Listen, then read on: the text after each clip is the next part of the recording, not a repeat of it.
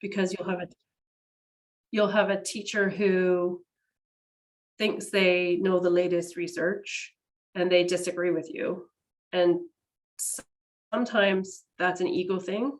Sometimes it's based on our crazy legal system where they have to pretend they know how to meet your child's needs.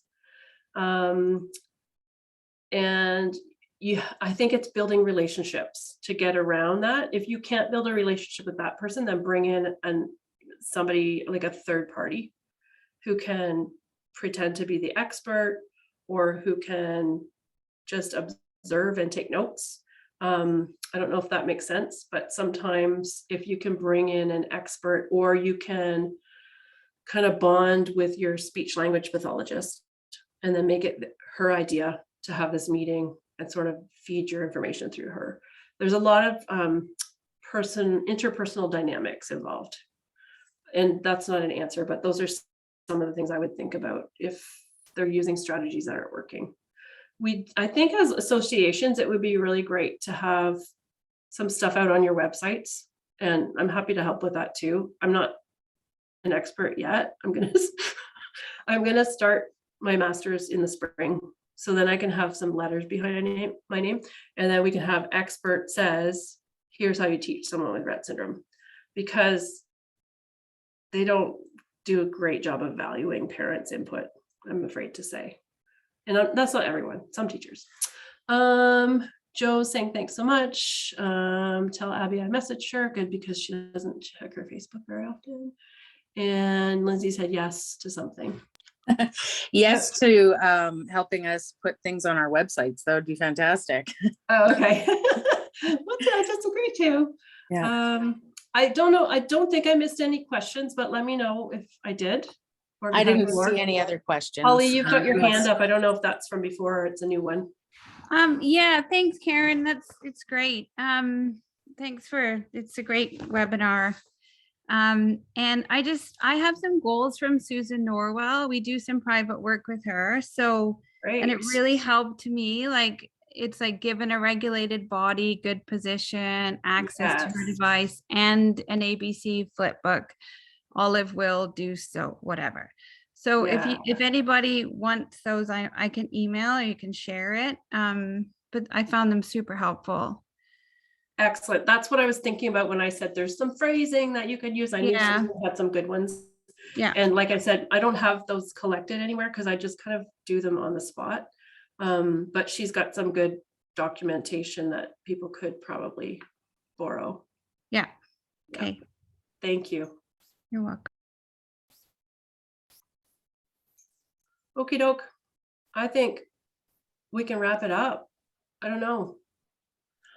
All right. Well, thank you so much, Karen. You're this welcome. has been really I'm glad it's been awesome. helpful.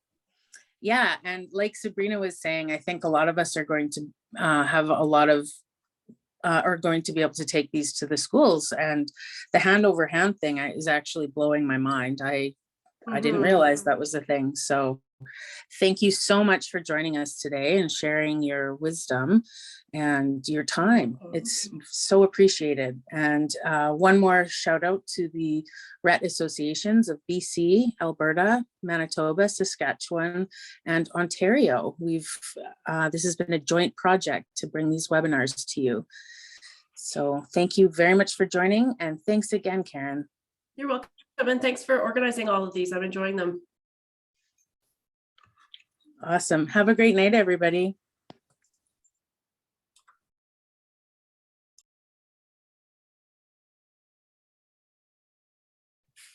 Karen, I have one question from Sabrina via email, given her kickoff here. No problem. Would love to know, could you ask if there is a curriculum the school can follow? I think I know that answer already, but.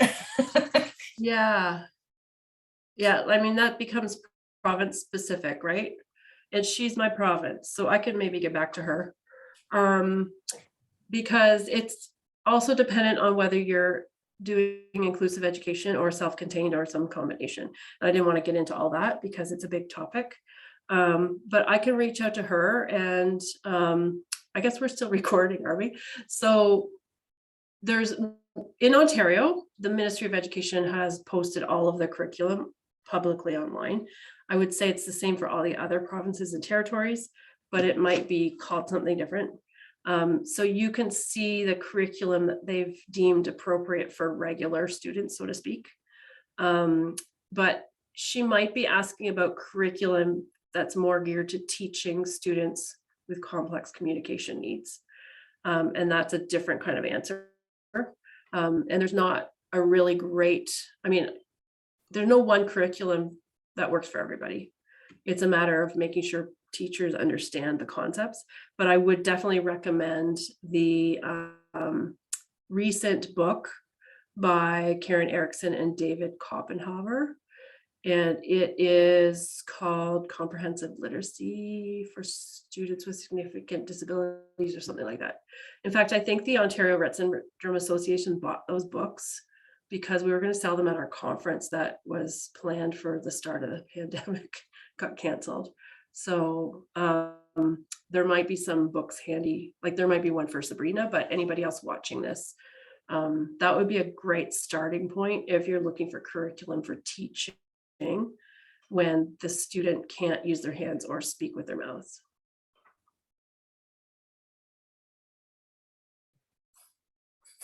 Thank you. You're welcome. Yeah, I'll get in touch with Sabrina in case that's something that I'm misunderstanding.